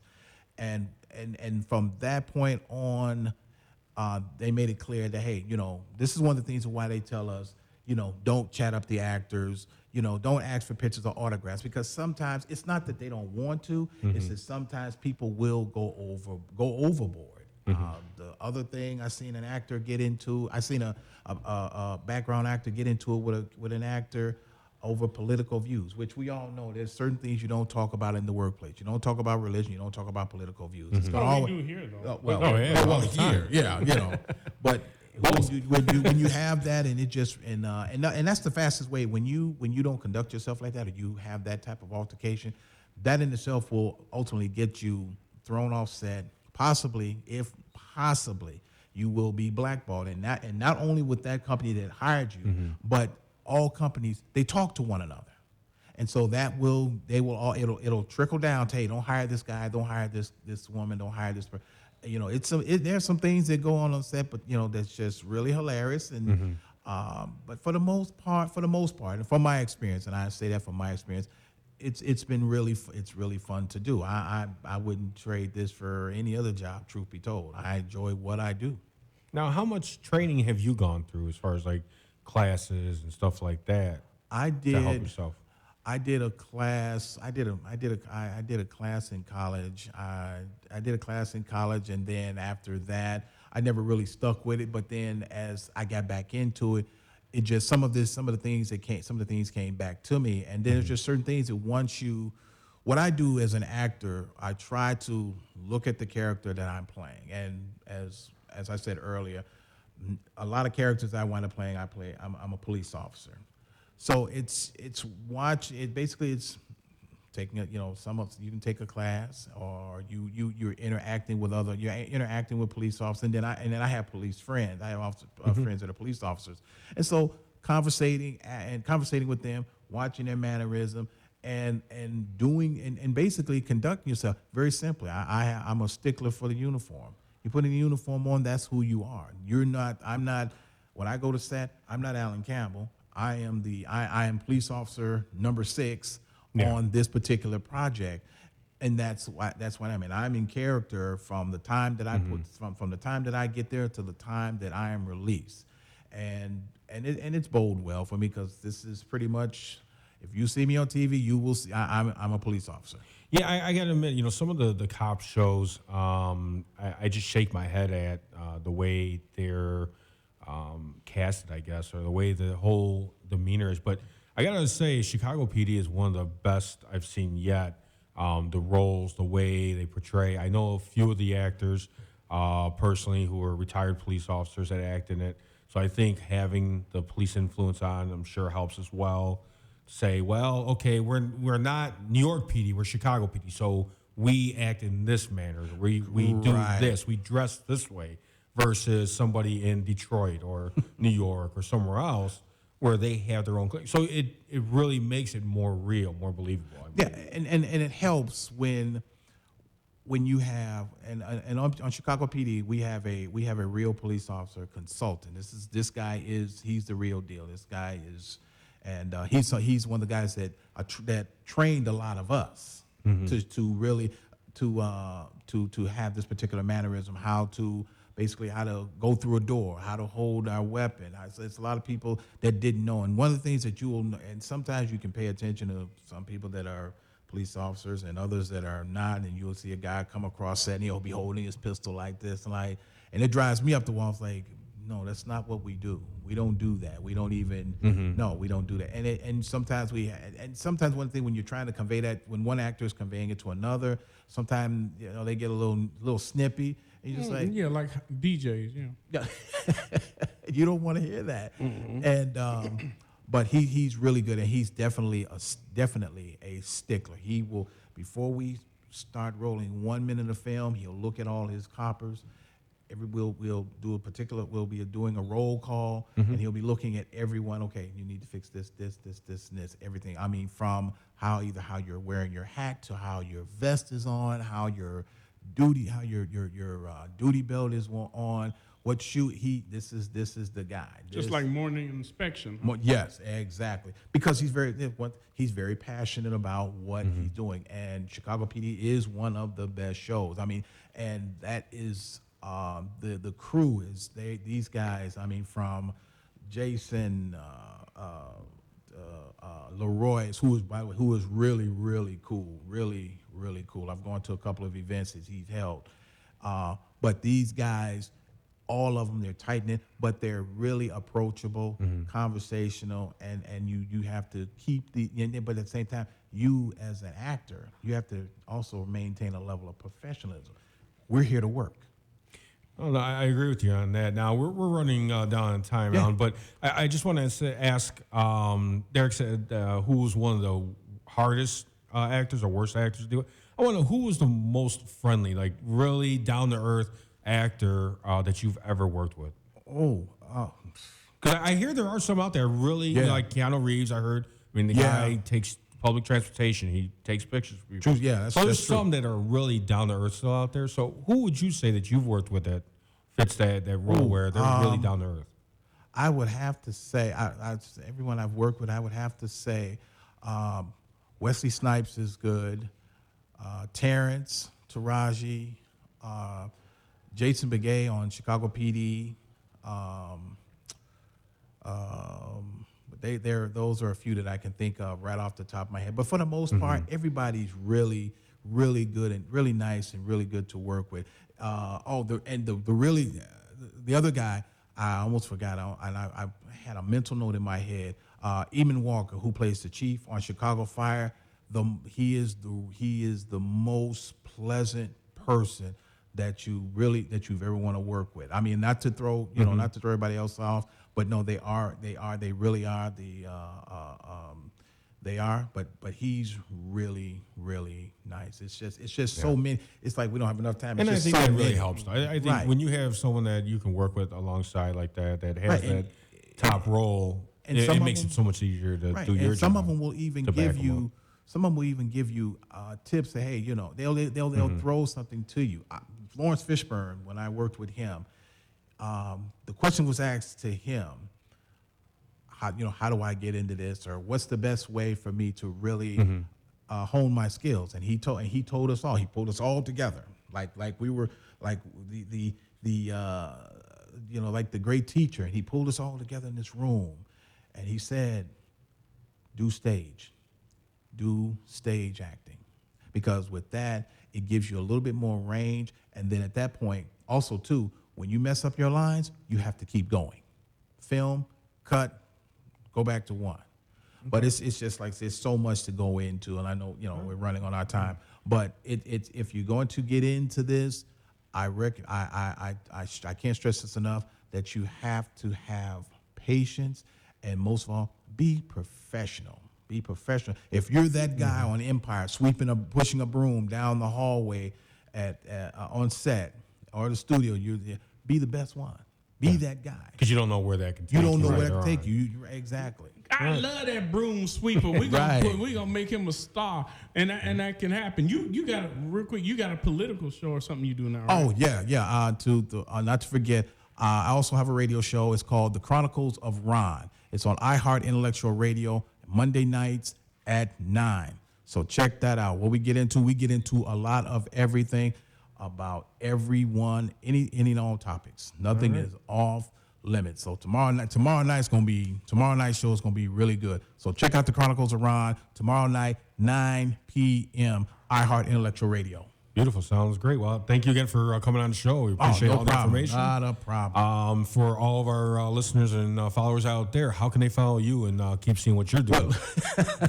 Well, like my man Ray said, like my man Rex Racer said, I'm just getting into all of this because I like what I do and I like my privacy. But just check out The Chronicles. You're in the wrong business, man. And it's a learning process. But check out The Chronicles of Ron. You can catch me there, and then we'll go from there. All right, sounds good. Well, thanks again for coming on. I appreciate it. Not a problem. All right, Derek. So who we getting into next, man? What we gonna be doing? We're going here? to our commercial. Then we got to bring in the Thorst.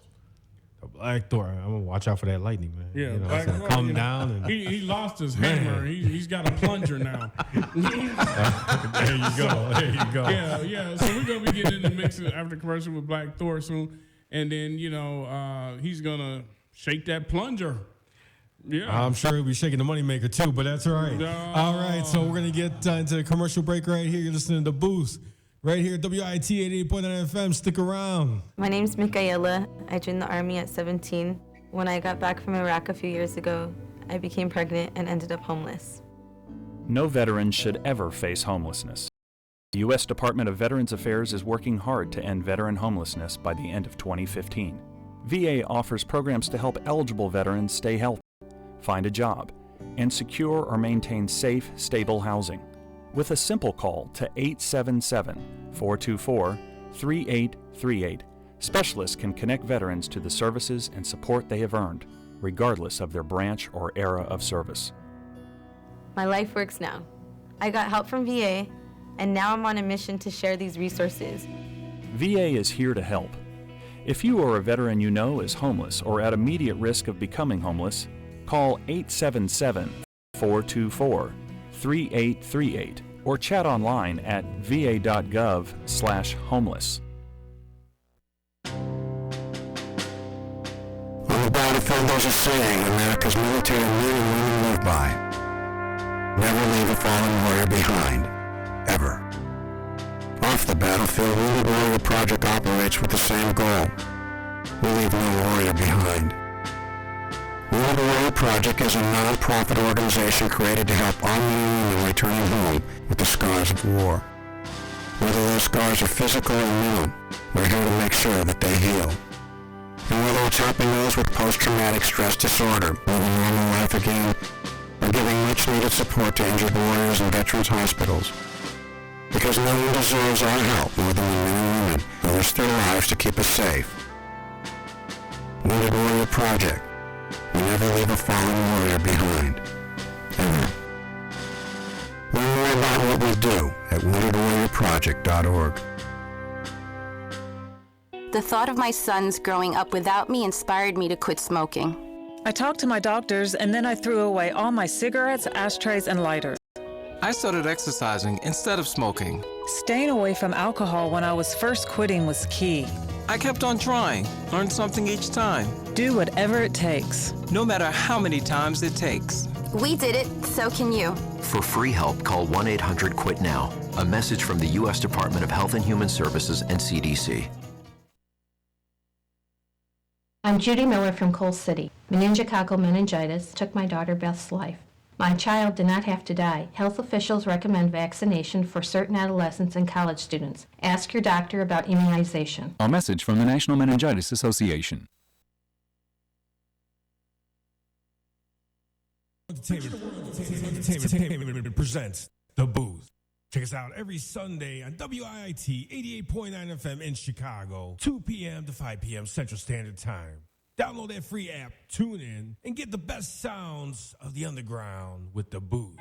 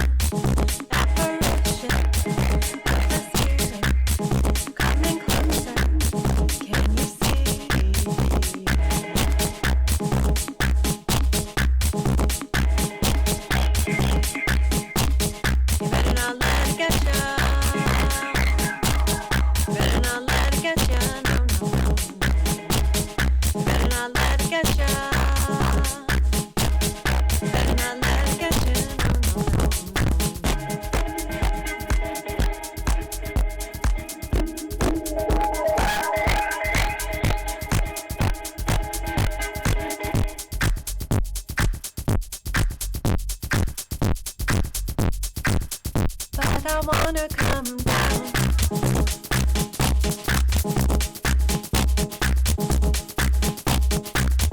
Got me curious, but I'm leery.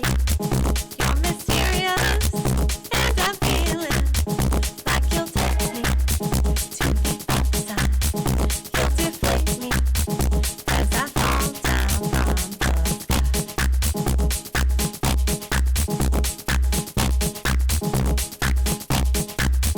You're the kind that people want back. Got to set traps everywhere you go. But I have all my protection. Won't let any interaction.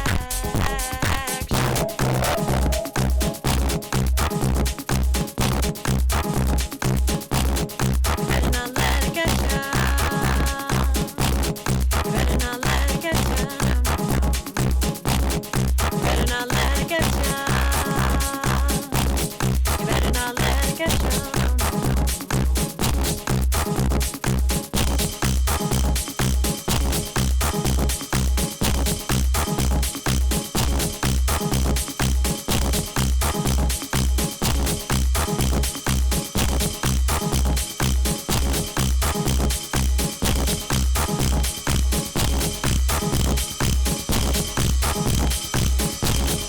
Leave me alone.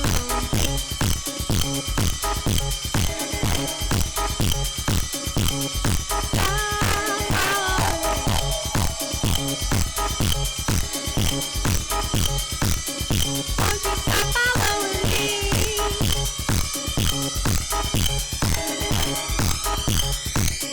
Won't you stop following me?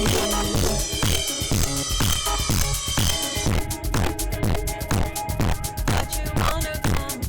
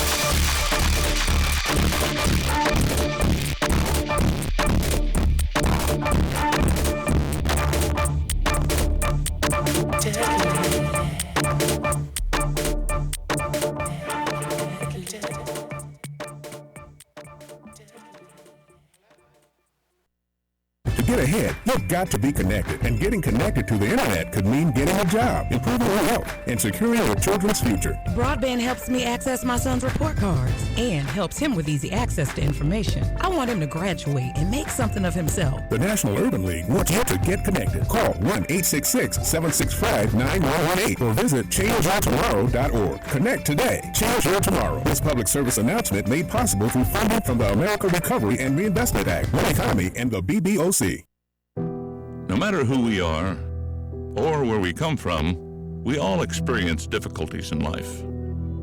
Military veterans know that sometimes it takes strength and determination to make it through. Whether it's physical challenges or struggles on the inside, it takes strength to ask for help when you need it. Learn how veterans like us have reached out for help and hear stories of strength and recovery at maketheconnection.net.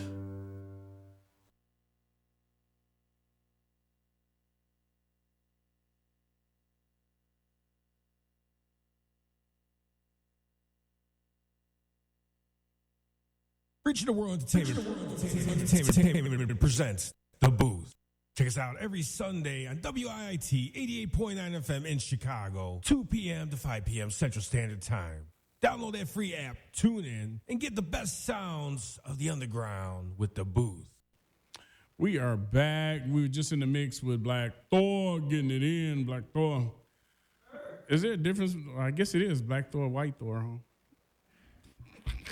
I mean, I don't know. I mean, Thor's Thor. You know, you got Thor on the on the movies. White Thor. Well, it's not a White Thor, but Thor from Valhalla is in the movies, and I'm not in the movies, so I'm on the deck. So I'm black. Okay. All right. With a plunger. The Thor with a plunger. Thor with a plunger. I want to kind of chat about a few things anyway. I want to definitely re-announce the House Head Retreat, man, in August. I know some people are trying to go. I tell you what, you know, if we can get 4 more people and or 4 more couples, the price is still the same. It is $460 for the whole trip. It's $460 for the 3 days, 2 nights. You know, if you guys still want to go, inbox me and I'll see if I can make that room for you.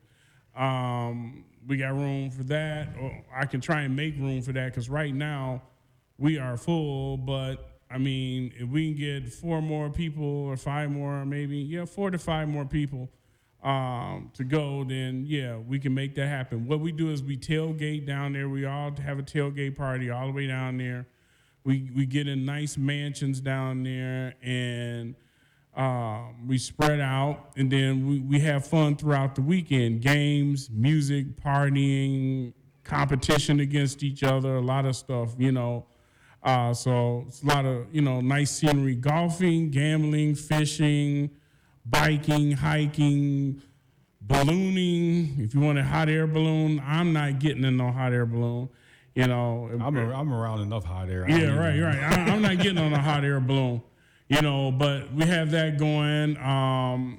Keep that in mind. So it's always the last weekend in August, all right? It's the last weekend in August. It's always the last weekend in August every year. I got to send a shout out for Love Fest, August 12th. August 12th for Love Fest. August 12th, Love Fest. We'll be playing there. RTW and myself, a few others, Dion Hunter, Freddie B, Jesse, one of our own, Jesse Velasco, he's going to be there. It's a whole melting pot. The flyers all over the place. The posters are out. So let's root that on. Let's see what else we got happening. Yeah, we're working on the matinees. I got to check on that. We're going to be starting those fresh next month as well. First Sunday, we're working on the matinees where we're going to invite special guests out to come on out and hang with us and party with us at the location, food, drink, stuff like that. The House Head Retreat pre-party is coming up on the 22nd, and that's going to be at Jackson Park Harbor. My regular House Head Retreat people, y'all know what's up, but it's open. I think it's open bar and open food that whole day at Jackson Park Harbor, and of course a variety of DJs. So, we're gonna be getting it in that like that as well. So, look on my page for that to be coming up. Check that out. Make sure you check that out. What else we got going on? Well, we're working on that. I can't announce that yet because they didn't pay us. But we got a thing coming on, for downtown Chicago very soon that everybody's been going to. You all know about it. I can't announce it yet. You know why? Because they got to pay their bill for us to announce that. So, but either way, you all will know. But I'm playing there. Ron Tinsley will be there, and I got one more person I have to conversate with, see if they're going to be there. But we'll be downtown. I'll let y'all know what day that is once I get the okay, from everybody to announce that. You know what I'm saying? So I can't announce it until I tell you, till I get permission to tell you anyway. You know what I'm saying? But so those are some of the things that we got coming up. Don't forget the Ghetto DJs. Their picnic is coming up. You have Rex Racer was just here telling you about DJs of the Craft, out in Dalton, Illinois. So those are things that are going on. I want to keep y'all abreast of everything that's going on. The party that we just did in behind the museum for my departed friend, Lamille Livester Jr., Rock, was awesome. That was if you weren't there, you missed it. That was what real house heads are supposed to do. That's how we got out. And I got to say something, man, as we watched and everything and partied and loved and drank and played music. I mean, it was beautiful. It was just all harmony that day, And then as it got later into the night, hey, what's up, Carissa? What's up, Carissa? You young kids, the young kids that follow us and stuff like that, especially the young ladies. Young ladies, you do not need to dress like hoochies and whatever term you want to use, skanks, skeezers, chicken heads, whatever you want to use, to be out here trying to attract men. Have better respect for yourself and they'll respect you. You understand what I'm saying? Some of the stuff I saw, y'all twerking in the middle of a busy street and y'all running around with clothes not covering up your body. That's not cool. That's not cute. I mean, what is that saying about your self-esteem and your pride and everything and stuff like that? I just can't roll with that. I mean, I couldn't tolerate my daughters doing that. What about you, Rob? No way. And I have a daughter, so no, I don't think so. She wouldn't be going out. That's definite. So that's definitely not going to happen. I do want to say one more event I want to bring up that I'll be in. Myself, Jam and Jesse Velasco will be at the Berwyn Brawl. It's a charity boxing match in Berwyn, Illinois. It's June 24th. Proceeds are going to the, let me make sure I get this right, 'cause I always get this one. It's the Jimmy Durante Children's Fund. Jimmy Durante. So we'll be doing that June 24th. So myself and Jesse Velasco will be throwing down for that cause. And it'd be a good thing. It'd be nice to see some women beating each other. And we're hoping maybe they'll throw some mud pit or some Jello or something in there. And So you're only going to see women beat up on each other? Legally? Yeah, why not? I mean, you can tell the truth. If you're going there to see women beat on each other, I mean, I understand. I mean, what do they lather themselves up? No, they're actually wearing the gloves, man. They're actually, giving it all. So, giving what all? Wait a minute. Wait. Hold on. Wait. They're wearing gloves and giving it all. They're wearing gloves and giving it all. I think they wear clothes too. No, it's a family event, so that's definitely going to be a good thing. There's going to be women and men not fighting each other, but so it's an orgy fight. You said women and men in gloves, giving it all. I didn't say it was latex gloves. Oh, okay. Well, I'm trying to understand. I don't understand. Okay. All right. So, but it's no whipped cream, lather, soap, mud, nothing like that. It's just blood I think and if guts. it wasn't a charitable family event, maybe.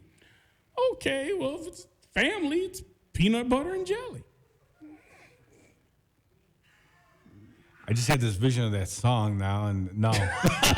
Peanut butter, jelly, peanut butter. Yeah, you're right. Peanut butter jelly time? Right. Yeah. So we gotta think about it like that. But that's awesome. that's disgusting. But anyway, I'm sure the kids would want to see all of them swarming around with each other. How long is it supposed to go until? It's gonna be. Let's see if the time's here. Is it on the website where they can find it or anything? It is on Facebook. So it's on Facebook. 6 p.m. to 11 p.m. June 24th. You can go on Facebook, search up, look for the Berwyn Brawl. This has been going on for 4 years now, and I did DJ it last year, and they asked me to come back. So Jesse and I are going to be back this year. And, it was a real nice event. It was nice to see the kids and the families together, and it's for a good cause. Me personally, I've never been into boxing. I've always been to martial arts, but still, it's for a good cause, and I'm always about that. So I'm always willing to help out the charities. All right, trick love the kids. So that's pretty much where we at. But anyway, man, you guys get out there if you can in Berwyn and celebrate that, and spend your monies and get your popcorn, get oil splashed on you from the front row, and everything else that they do there. I'm pretty sure they're cages, so they're probably gonna be throwing chairs and throwing people over the ring and all that kind of cool stuff. No, there's no cage. There's no cage, so it's no cage. Oh, okay. Well, there it is. Y'all get firsthand. Y'all can just go in there. Got to send a shout out to Eric. What's up, Eric? And my wife Bree, on the line. But yeah, they're still bugging about this. These girls. But when we were adjourning, leaving out of there, as it got later in the night, the element changed. You had more thuggy, rowdy type people coming out to the set, which. We didn't want those people to get mixed up with house heads and things like that, man, because the police were starting to police a little harder. The whole time we were out there, man, it was peaceful, cool, no cops, no nothing. As it got later and more of a, what we call the undesirable element got out there. And I'm going to say this. I don't want people to take this the wrong way. You become undesirable element when you do a lot of ignorant, stupid stuff where people got to keep coming around, standing over you, babysitting you, and watching you. So then you think, hey, they picking on us. They're picking on us. Yeah, well, if you're standing outside, shaking your half-naked butt, you're out there revving up your cars and burning rubber all over the place, and you're playing a lot of negative cussing rap music and different things like that. You smoking your weed, you throwing your bottles and your cups outside of your car, and but they're picking on you. You know, you understand what I'm saying? Nobody's picking on you. You know, they're just trying to get you to get some act right about yourself, you know, and that's not what we do. That's not what we do. That is definitely not what we do as in the house music culture. We don't get involved in that. I mean, we may leave a little litter on the grass and stuff like that. I ain't gonna lie. I mean, we still, in every culture, you got some ignorant, trifling people. When I've seen people throw stuff on the ground right next to the garbage can. And then they make it hard for the people to pull permits for stuff because things have to get cleaned up and all this kind of stuff. So, I mean, come on, man. I mean, right next to the garbage can, you can't take the extra effort to move a couple of inches and drop it in the garbage can. You know, that's just home training, and people don't care. They figure it's not my place. Hey, I'm just out here. Somebody else will get it.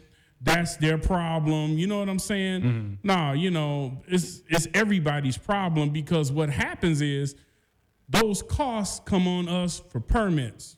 When they have to hire all those people to come out and clean behind us, and then you cry and you complain about a permit and how much it costs, well, part of that cost goes to them cleaning the park because they know you're going to leave a mess. Now, if we were neater, permits would probably be cheaper. They probably wouldn't even be required. But I ain't going to say that city like money. They like money. But more so, you know, it used to be you can go to the park and have a good time and you would never have to worry about that. But again, y'all got to get yourselves together, man. Everybody's not picking on you. You know what I'm saying? You're putting a sign on yourself to say, hey, come pick on me. Come get me because I'm an ignorant fool and I choose to act like a buffoon out in the street. You know, and then you young girls out there hollering, Jimmy raped me, or he pulled me down, and, oh, well, I can wear what I want to wear, and I shouldn't have to worry about getting raped because, but I mean, if you walking out there half naked, you don't know what state of mind somebody else is in, whether they be male or female, because I've heard of females raping females, so you gotta be careful with that. We've all heard of gang rape and all kind of stuff like that. You young girls need to get some act right. Have better love and respect for yourselves. Please, please, please, fellas, stop catering to these girls out there because y'all egging them on, tell them, yeah, do it. Now, you know these ain't the chicks y'all gonna take home to marry. Y'all not taking them home to mom and say, hey, you know what? Yeah, I'm gonna take Sally Skank home to my mom and tell her, hey, this is gonna be my wife. Yeah, right. You gonna marry the church girl and you know it. You know that. So, I mean, I got daughters. I think every guy, all of us here, Rob has a daughter, like Thor has a daughter. I got two, you know what I'm saying? So nobody, I mean, I'm telling you what I wouldn't tolerate in my house. Uh-oh. What did you say, Thor? They're whispering. Wait a minute. I got to get nice hiding. He's dipping behind there. All right. Look at this. Are you serious? Boom. Had to end that. Some idiot decides to call on my broadcast. I hate that. Why does that happen? Go ahead. If they're calling you on their broadcast, that means that they're not watching your broadcast. It's a bill collector. Yes. And just a caveat off of what Derek was saying, this goes to the women out there too. You see the young men out there, young men have forgotten how to be gentlemen. And I know there's a lot of single moms trying to raise young men out there in the world. And you know what? I take my hat off to the single moms out there. I'm a single dad. But guess what? Females need to sit out there and demand that respect and demand a man to be a gentleman. If he's wearing his pants off of his butt where he's showing his underwear, drawers, whatever you want to call it, boxers, you're not helping that situation because, oh, well, it's a cool fad, it's the style. But guess what? I was at a job fair and people were coming to apply for jobs with their pants hanging off their butt. No. So what happened to being presentable? You know, if you're around the house, do what you want to do around the house. But when you're out in public, there's other people that got to endure your lifestyle. And why should it be where I have my daughter out and you want to have your pants down to your thighs but then get upset if I ask you to pull your pants up because of respect for my daughter and myself. You know, so it starts with the women, the young females out there, as Derek said, act like young ladies, but demand that the men act like gentlemen. It's nothing wrong with having chivalry again. Just because this is 2017, chivalry never dies. I mean, if I had a son, I would teach him to open a door for a lady, sit the lady down at the table, all of that thing. But it comes from what the expectation is. And if the women are not expecting a man to be a gentleman, he's not going to be one. So, you know, the men out there, if you want to marry a lady, she's not going to be out there twerking in the middle of the street. And ladies, if you want to marry a gentleman, have him dress appropriately. You know, have him pull his pants up. Have him wear a belt. Have him come back out there and you know, if you do introduce him to your mother, you know, oh, I don't want to know how he's going to be. Is he going to say yes, ma'am, to your mom? Or is he going to say yeah and all that? So that respect has to come back into the household, as Derek has pointed out. Well, you know, this was funny, and this was very funny. I went to my camera's doing the freak out thing. Hold on, y'all. I went to... Yeah, Facebook already did me twice. So. Yeah, I went to a restaurant. I went to a restaurant, and I was, yes, ma'am, no, ma'am, thank you, thank you. And the lady looked at me like I was getting ready to steal something, and I said, what's wrong? And she said, you're so polite. I said, yeah. And she said, she said, you don't know how that's making my heart flutter. And I'm like, really? I said, why is that making your heart flutter? She said, because I'm not used to it. I said, what? She says, no, everybody just comes in here and says, hey, give me this, give me that. And, you know, and she said, this was a breath of fresh air to actually see you being a gentleman, you know, and dealing with that. And I said, well, that's how I was raised. I said, you know, yes, ma'am, no, sir, yes, sir. I said, and I've even had people got offended and say, don't call me sir. Okay, jackass. How about that? But at least they gave you a chance to make that significant line drawn. If you don't want to be called that, well, at least you rendered that respect. You don't have to be in the military to learn that. I mean, but a lot of that starts at home. Yeah, 99.9% of it starts at home. And I don't know how many times I see my kids' friends, how they talk to their parents, and their parents allow it. Mm-hmm. And that's ridiculous, you know. And I'm not one to keep my mouth shut. I'll be the first one. When we're in the store and I see kids acting a fool, I will say it loud, say it proud to my kids. And I point it out. That's how you don't act. That's why I treat you the way I treat you, and you stand by me. Mm-hmm. And I get those parents rolling their eyes and everything because their kids are throwing things around in the store, acting a fool. Yep. And they allow it. So it goes back to the parenting. It does. How many, I got to ask you guys this on Faceless Book. On Faceless Book, how many of you parents out there that are parents out there get offended when somebody else gets on your ratchet little kid for doing something? I've ran into some parents that, you know, don't like nobody to talk to their kids but them. Oh, yeah, I hear that all the time. You know what I'm saying? You know, when I was young, my neighbor whooped my butt. Yep. Then when I got home, I got whooped again by my parents. You usually got whooped just twice. because I had to get whooped by my neighbor. Mm-hmm. And that was embarrassing enough for them.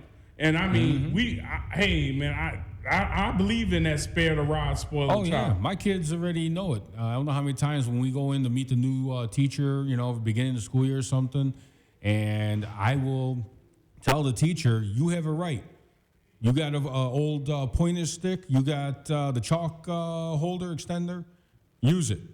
Mm-hmm. Use it in there behind. And I get the kids in the classroom look at me, and some of the parents look, oh, I can't believe. Well, you know, I'm not going to sit there, and I'm not going to let the kids run the school. You know, that's the sad part is these kids can get away with murder in the classroom, and the teacher cannot do anything about it. Yeah, it's because a lot of those parents that don't touch my child, this and that. Look, we understand there's a fine line to everything. But if these kids don't have any respect for the teachers, and then they're doing what they're doing in the schools, how the kids are going to learn? That means your kid's affecting my kid's education. Because my kid can't learn because your kid's acting a fool and the teacher can't do anything about it. Nope. Because they're not learning respect 101. Respect 101 is that parent demanding that child to respect them and not be you're not supposed to be your child's friend. You're supposed to be the parent. Mm-hmm. Period, point blank. The child does not have to like you. Yeah. Does not have to, oh, well, you're not cool. It doesn't matter. But what's with that smoking weed with my mom and dad, and I'm drinking with them. I'm with my mom and dad drinking and smoking and you get weed. the parents, well, at least they're doing it in my house in front of me. Yeah, and I don't even call them mom and dad. That's Joe and Ann. You know, like, really? Oh, my what is daughter that already about? knows when she answers me, it better be yes, not yeah. Because I let her know I'm not yeah or hey. I'm not one of your friends on the street. And it's funny how some people can have that training, go to a job, and they're yes sir, no sir, no ma'am. But then when they get at home, it's yeah. You know, it should be something that should be a regular, not you got to think about it. Because the moment you got to think about it, then you're flipping switches. You know, you're not a gentleman 24/7. You're not a lady 24/7. You're half. You know, and last time I checked, you're a whole man, he's a whole man, I'm a whole man. We're all whole humans. We're not half. So, you know, people just, like Derek said at the picnic, you know, I saw the same thing. I was there. I mean, my parents live on the west side of Chicago, and, you know, our neighborhoods get bad because we let them get bad. Yeah, exactly. It's not because, well, they did, or what are you doing? I said twice to people that came on my parents' block that threw a Gatorade bottle on the ground, you know. Now, my father's more fearful for me because he's like, hey, I know how these folks are. You know, you correct them, they might shoot you. Why should I have to feel afraid of being shot because I came respectful to a gentleman and said, hey, bro, that bottle you just threw down, can you please pick it up? We're trying to keep the neighborhood clean. And he has an attitude about it. Yeah. Same way with a young lady. She threw down some grape container, and I said, hey, we're trying to keep the neighborhood clean. And there's an attitude. Why? Because I'm trying to give back to the community, but then everybody wants to be on TV. Let's give back to the community, yes. When them cameras go off, you're throwing stuff down on the ground, and you don't care about you. Well, that's a whole nother segment because that's something else I definitely wouldn't mind getting into with the cart vendors and everything and what we see in the streets and how bad it is. But we're out of time, so unfortunately we don't have the time for anything. Any last minute thoughts, Derek, before we sign off? Praise God every day. Praise God every day. Praise God every day. If you're watching this, he's blessed you. Even if you're in pain, he's giving you feelings so you can feel that pain. You're here. You're still here. You got another day to win it. Stay with us. Next week, we're going to have some special guests coming in, kick it with us, and hang out. Week after, we got the chosen few.